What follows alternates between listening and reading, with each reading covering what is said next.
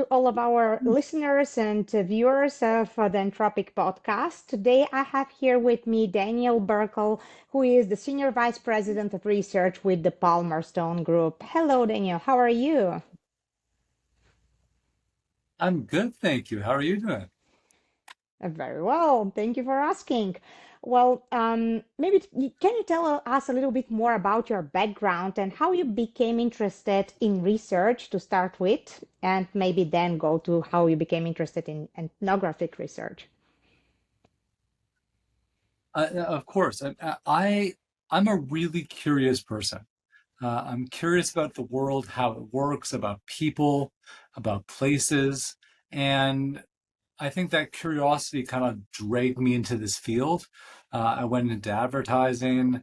I liked that; it was fun, but I was still it wasn't a perfect fit exactly. And throughout watching people do qualitative research, I looked at it and I was like, I'm interested in that. And so I pursued that as a direction.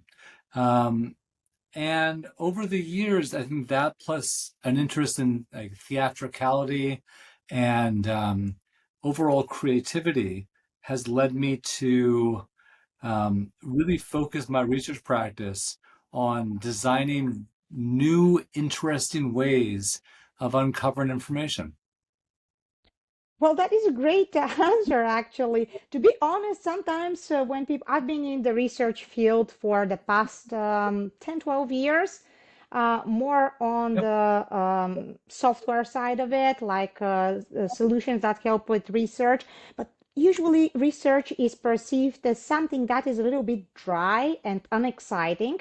And you talk about it as something that is really exciting. Can you share some tips on how to make it more engaging and captivating for both the researcher, but also the audience that will be participating there? Honestly, that's a long topic. I mean, I like to look at research as follows. Research is, it sounds boring, it sounds dry, but it's not. Um, it's an interesting topic that's designed to learn more about the world. And all of us are curious, and all of our clients are curious. And so, our job as researchers, as people who are in the business, is to make it as um, as authentic and honest as we see it, but also to bring that element that makes it human to our clients in the end. How do you do that? I think there's a multitude of ways to do that, from sights to sounds to smells to tastes. You can bring your audience, who's your clients, along for the journey. And in qualitative, and especially in ethnographic stuff, you can really maximize that and allow your clients who are often in offices far away to feel like they're in the field. Video does that well, but there's more than that even. There are, again, it's a long conversation topic, but there are ways to really make research interesting. Mm. Just recently, I went to a conference where I heard about one enterprise client, a big brand, that engaged their audience, that their stakeholders who were like blinded observers to a qualitative research. And instead of just letting them be the observers that they will normally be, they added questions for them as well. Like, how did you see the interview?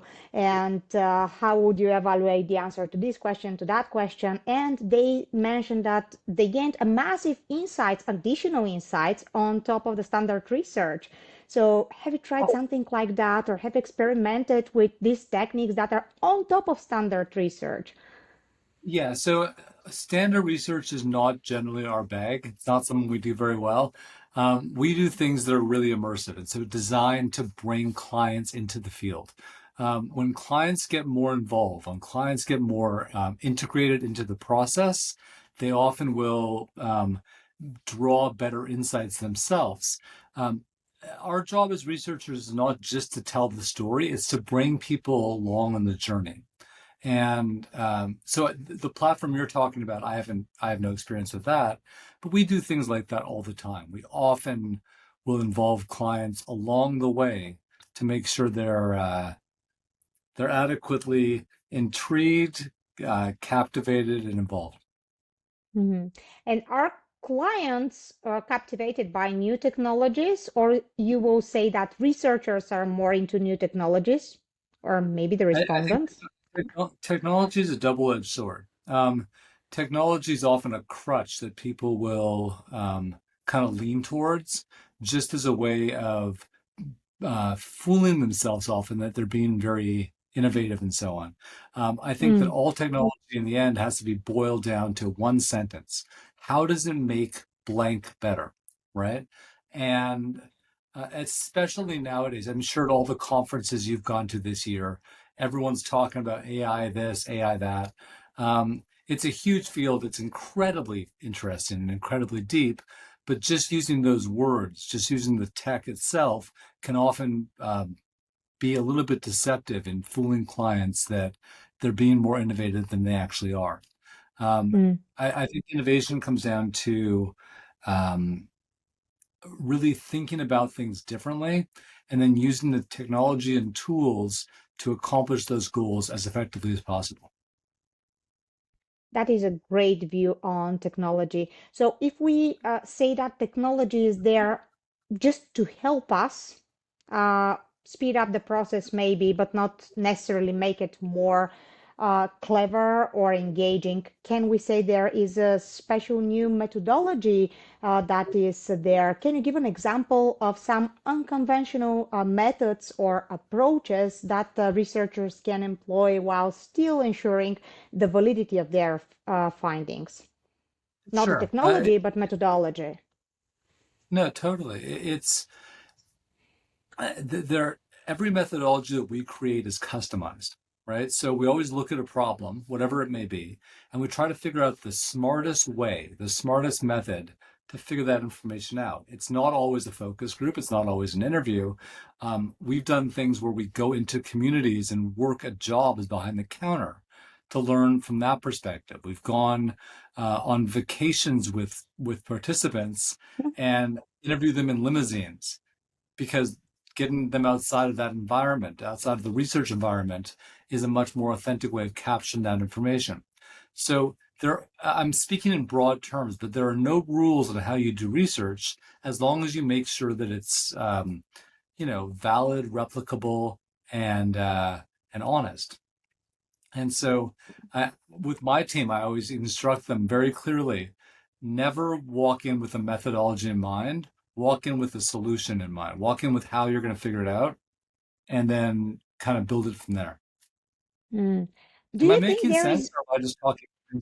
Yes, no, you are totally making sense. I heard a lot of things that you believe about technology and about methodology but it seems like neither technology on itself can solve the problems of the research world, nor methodology by itself can solve the problem of the research world. Can we say that a marriage between the two can be a good way forward? Like find a technology that will follow your methodology and will get the best out of it, but don't stay stuck in any of this. Like, what is the because I mean, what you say is it does make sense and it's super valid. But in reality, we have to deliver certain results with certain validity to certain stakeholders, right? And we have to say this is the methodology we used to make sure these are valid results that we provide to you, Yeah. or this is the Uh, technology that validates the results. It's either the methodology or the technology that validates the results in front of the face of the stakeholder. And we'll talk about the connection with the stakeholders a little bit later in this conversation. Totally. It's an interesting dance. I mean, you talk about it as a marriage of technology and methodology. I think it's more than a marriage. It's more of a polygamous relationship. There's lots of different Mm. factors along the way Very that are going to be modern. involved.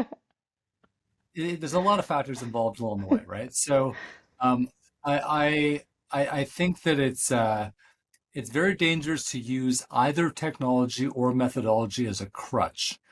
Instead, like we're smart people. If we work in the business, if this is our livelihood, we're smart and we can figure things out. So always kind of walk in open, open-minded and um, open to ideas and suggestions. Look at what's available to you, both in terms of methodology and technology, um, and then figure out the best kind of way to dance around all the issues while making um, a piece, a research kind of project that aligns to what your stakeholders want, but also what will help them the most. Great answer. Well, I'm thank you speaking, I'm so much. speaking, I'm speaking in big terms. Just No, quickly, is your video blurry as well or no? it is, but I Am think I it will am I be just fine for our audience. I hope they... cool? All good.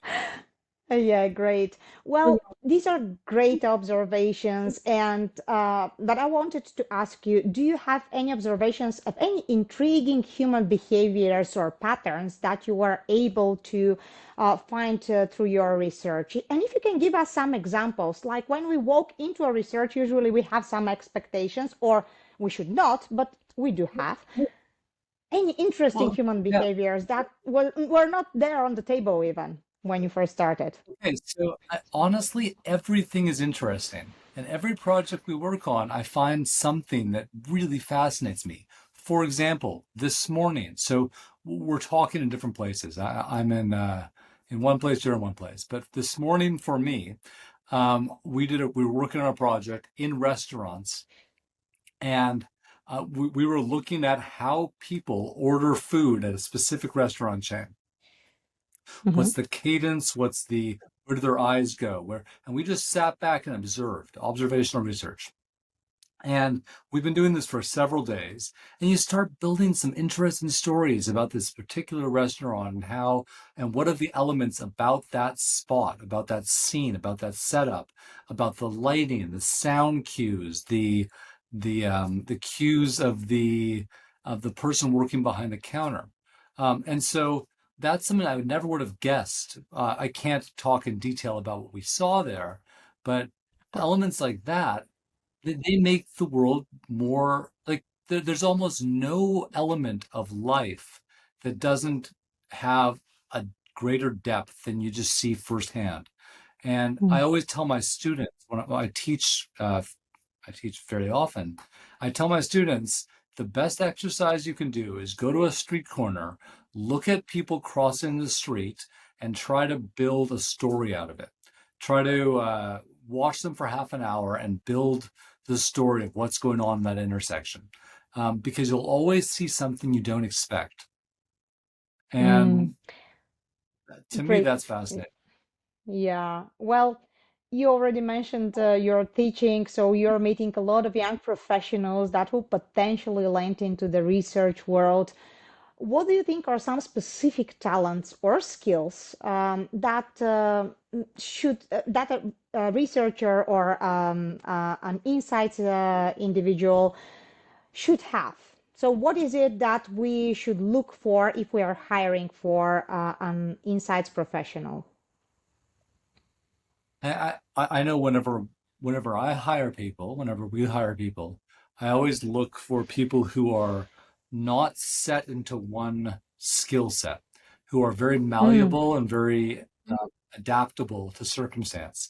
Think about us. Like the world we grew up in, the world we started our career in, is different than the world now. And the world 1 year from now will be different than that, and so on. And so adaptability is the number one skill I look for. mm, Adaptability, creativity, and ability to just interact with life in a natural manner and not think of things in terms of business versus life or work versus play. Really mm. look at things holistically. Yeah. That's what I So we look for. That's just me. So if I can sum it up, we are looking for an individual who is open-minded, always ready to learn, someone who is adaptable, someone who is really also sensitive to change, because I mean, sometimes we might just not feel the change is here just yet, and we're losing the momentum. Absolutely. And like it's weird. We never, when I say we, I mean all of us listening, yourself and myself even, um, change happens very quickly and you don't feel it. And Mm, if you, the best way to look at change and how it affects you is look at old photographs of yourself from 2 years ago, um, and look at your fashion sensibilities. And the irony of me saying that while I'm wearing like a junky T-shirt is not lost on me whatsoever. But nonetheless, like, look at your fashion sensibilities from 2 years ago and see how wrong and how right you were and what elements, right? mm, The music you like, the those are good ways of being a barometer to measure change. But change in the working world, change in the world we're professionally in, whatever field that may be, are much harder to feel in the moment. They're easier to feel when you look back at them. mm. By the way, if I take off the coat, I will have the same style as you do. But the change that happened with me during COVID is I keep this jacket just here handy for important calls. Speaking of COVID, do you think it's changed the ethnography research world? Like it was a period of the time for us as human beings overall that was unlike any other. For ethnography research, well, it had to stop, if you wish. And did it make it even more valuable? Like everything that is taken away from you, you want it even more than you wanted it before, or you just kind of acknowledge it? Um, what a good question. The COVID was the craziest time. And in our business, in my business, I mean, I used to travel more than any human you've ever met. I was on a plane every second day, all over the Oh, world, doing things in person, right? And what happened during COVID is for 2.5 years, I stayed at home. Even right now, I'm in my house right now. I mean, I'm not in my office. Um, the combination of people being able to work from wherever is a huge change. From the ethnographic point of view, a lot of clients don't want to travel also with projects, and so they've been asking for us to do a lot more mobile stuff. hmm, But another big factor is that every single human has learned that they're carrying a video camera in their pocket. And so it really allows, on one hand, it's a lot worse for in person research, and it's changed that dramatically. Even post COVID, we don't travel even close to what we used to, not even in the same realm. Um, but it's allowed respondents to be very comfortable with video. So that's one huge element. It's allowed people to be much more comfortable with working from home. So it allows teams to be spread out. So, like, I don't have to have my team all in one room anymore.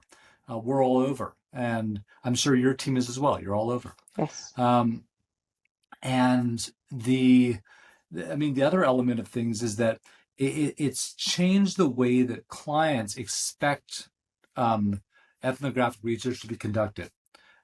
Hmm. Unfortunately, it's been a lot less in person and a lot more digital. But I think that's shifting a bit, but it's never going to go back to where it was before. Hmm. Not even close.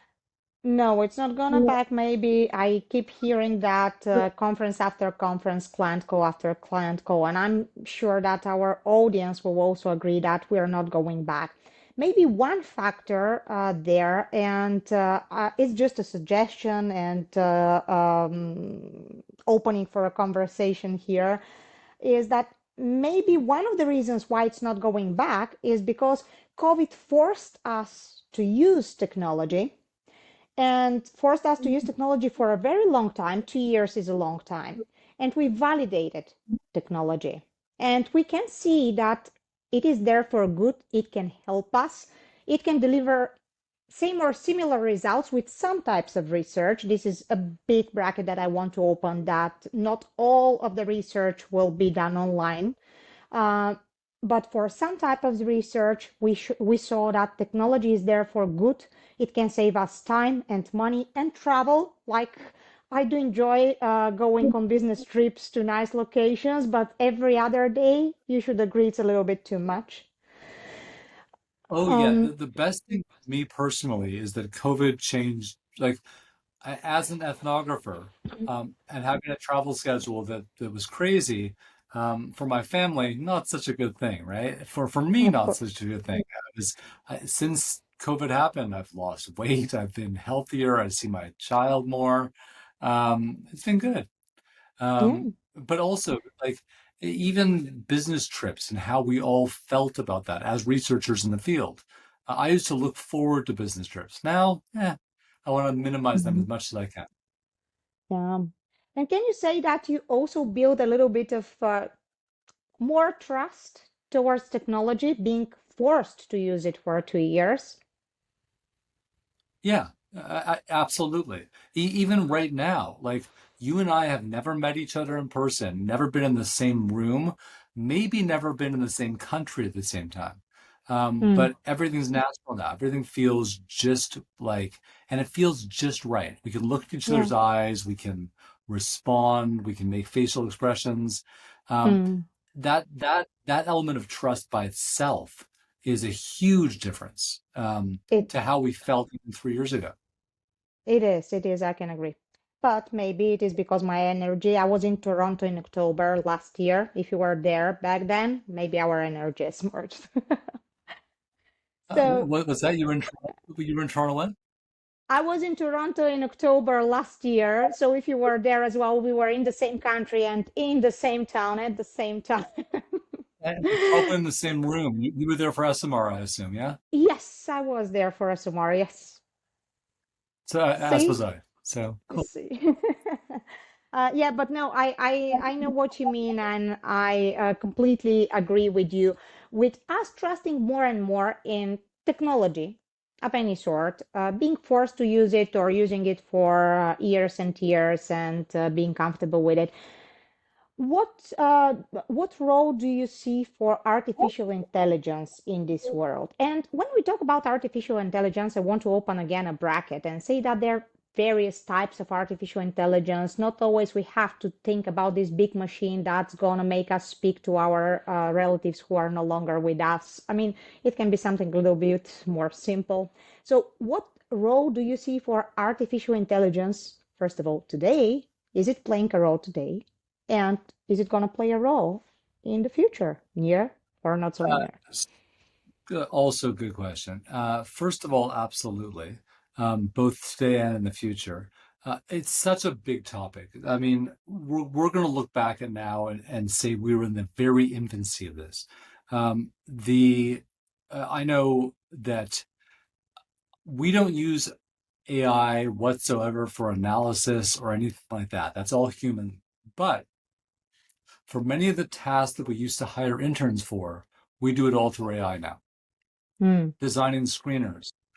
Even for proposals, we'll go into Photoshop, take a small picture, expand the canvas, and add generative AI to make it look more appropriate for a sales pitch to a client. So those kind of things we use very heavily. Um, we all of our video encoding and transcriptions all AI. So on the back end of things, right now, AI is used very heavily for us. In terms of the front end, the analysis piece, I don't think it's there yet. It will be. It very much will be, but it's not there yet. And a lot of the reason why it's not there yet is because it is based on numerical kind of mentions of words or phrases or themes that I think that you lose the nuance of the human eye that mm, ethnography is very good at. But that will change. And that will change a lot faster than we think. I mean, all of us play around on ChatGPT all day, and it's pretty impressive where it goes now. But it's not exactly there yet. But like, mm. it would not surprise me if within 6 months I eat these words. Can we use ChatGPT or the OpenAI or any sort of artificial intelligence to not really create the insights, but help us speed up the process of creating the insights that are there? Like, um, again, we've been talking about AI. We don't see it as a total replacement of the research role, but we see it as shifting of the research role from what you just said, Yeah, like writing questionnaires and all that.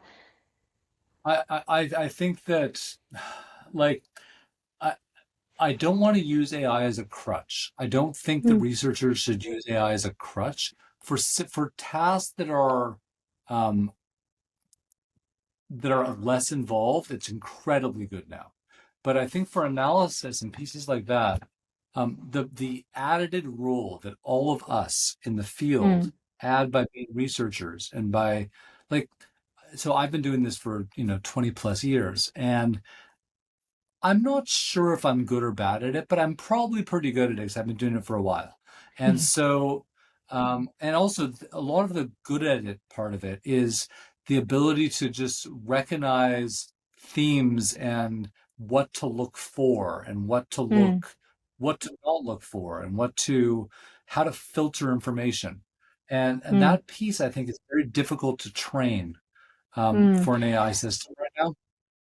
Yeah. What if you can use your skills and knowledge to say, hey, AI, search for these and that topics based on my experience and my knowledge. I believe that this is something that can happen here, that can occur. And instead of you Yeah. watching 10 videos of 1 hour long each, someone else, I mean, an AI algorithm does it for you. And in 5 seconds, it gives you here and there the topics are. So we've actually played around with that a bit. We've done when we have 10 hours of video, and we need it just summarized in broad scopes. We've fed that through. We've a platform we use that's closed box, so it doesn't share it with the world, right? Um, Mm, but we've done that, and is it a time saver? Yes. But was the information that was pulled out of that when we compared it to what we pulled out ourselves, was it different? Yeah, it was. And so mm. again, I think that because there's a subjectivity to human research, and that subjectivity is where AI loses right now. Um, I'll ask you yes. here a question that's very interesting. Was it different in a bad way in terms of inaccurate? Not inaccurate, but it was different. So research isn't only about accuracy. Research isn't Mm, only about telling the facts of what's going on. It's also about at least our type of research, like ethnography and qualitative research. There's an inherent subjectivity to it, and mm, and that's the piece that I think right now. Um, Again, my analysis of a topic and your analysis might be totally different. Is it to say either one's inaccurate? No. yeah. But our business is a business of personality. Like clients hire us because they like the way that either myself Mm, or my colleagues think. mm, And yeah, so it's a really challenging area. Uh, the qualitative world, I think it's going to be what's going to happen is a lot of clients will turn to AI stuff for qualitative because it's faster and easier and accurate. But in doing so, you'll lose some of the um, subjective kind of stake that mm, research, our kind of mm. research can offer. Is that good or bad? That's a big question. Big question indeed. Well, maybe I can tell you a story from one of our customers. Actually, it very much links to what we were just discussing. They started using AI algorithms to analyze qualitative groups. And they do a lot of international multi-market research, right? And usually they research on different groups of researchers for the different markets. They kept that standard way of doing their work, but what they said they highly value in technologies like AI, ours, but others as well, like in technologies like that, it gives some sort of a norm for all markets. Like the Yep. subjectivity of the research individuals will be there, and it is a good thing. This brings the human element that brings the thinking. But if you have to add a norm, maybe having an algorithm that can say, hey, this is the norm of analysis for this and that market, and it runs through the whole world, 13 markets, 30 markets, they all are validated by one and the same norm and algorithm. But the human element, they also mentioned that we'll never let go of that. Why? Because algorithms only know what humans know, and humans also can find out what humans don't know. Like this is the only unit in the world that can find that. There's honestly no one way to do research. And Mm, having all these tools available right now and all the tools that will be made available in the next extremely short while, um, they're all things we can use. I like the idea of validating through mm, large scale AI stuff. And that's a smart mm. idea. Yeah. How do you see, you mentioned the future of research. We also mentioned how quickly it evolved and changed, in particular, the ethnography research during COVID and post-COVID. How do you see research 5 years from now? And this is not a long-term prediction, it is a short-term prediction. Do you see any big changes in the research world and methodologies in 5 years? 5 years is a long term. 5 years is a long time. Um, I honestly think, like, think about it. Like last year, so today is July 5th. We're recording this. Um, this time last year, 2023, if you go a year back, no one was talking about ChatGPT. No one was talking about generative AI images or Gen 2 video creation, or um, it wasn't even on the radar, right? So 5 years is a huge amount of time. Hmm. Um, where is research going to be? I don't know. I mean, I, I don't know, but I do. I think there's still going to be, not still, our entire life, there's going to be a need for people to learn things about the world. And Hmm. so the research overall business is very, very safe and will have a long lifespan, longer than us. But the modality of how we get information, I look 5 years back. I wasn't doing Zoom calls 5 years back. I wasn't doing AI stuff 5 years back. So 5 years from now, how will we be doing things? I don't know. I mean, it all depends on what horse you want to bet on for the VR, AR, AI, any of the acronyms. Yeah. Um, or it can go in a different direction altogether. We could find a route where people are much more inclined to be off the screen. Maybe, maybe. Me personally, I'm trying my best to stay off the screen. Uh, well, maybe, Ooh. yeah, good. So, and maybe I want to finish this with one very important part of the research world. Now, we can have all the best methodologies and the best technologies, and one way or another, we can get some insights. Can you provide some tips on how researchers can effectively communicate their insights and win over stakeholders? Like how we can make our work actually resonate with the people who can benefit from it because we are doing it for them, for the organization, not for the sake of just knowing which pack the consumers will prefer. Certainly. So it depends on the part of research you're in. But in my business, in the qual business, I like to avoid PowerPoint as much as possible. I find Hmm. that PowerPoint slides are the worst way of communicating information. Everyone tunes out. But if you're going to use them, make sure clients read them in advance before you present. That's a good, simple tip. But we like video, heavy video content, uh, bringing things to life. So it's not just if you're bringing an audience to life, you can bring in music, you can bring in audio clips. I like presenting things using, for example, for executives who are busy all day, will make podcasts as a way of reporting things because that's a smart way for them to, on the train in and out of work, to listen to the research findings without being stuck behind a screen. Um, anything you can do to get your clients feeling what you felt is a smart idea. I'm speaking broadly, but that's kind of my route on things. That's great. I really loved your advices, but they because they were really pinpointed. Like these were actual ideas and not some very broad topics like be creative and all of that. I mean, be creative is a good one, but give me some ideas on how to be more creative. Well, Daniel, And it yeah, was a Pure pleasure. Thank you so much for joining us today and for all of these great advices. I am sure that all of our listeners and viewers will take at least one bit and piece from what they heard today and implement it into their daily work. Hopefully, and I'm always able to be reached out to should anyone have any questions about anything. Great.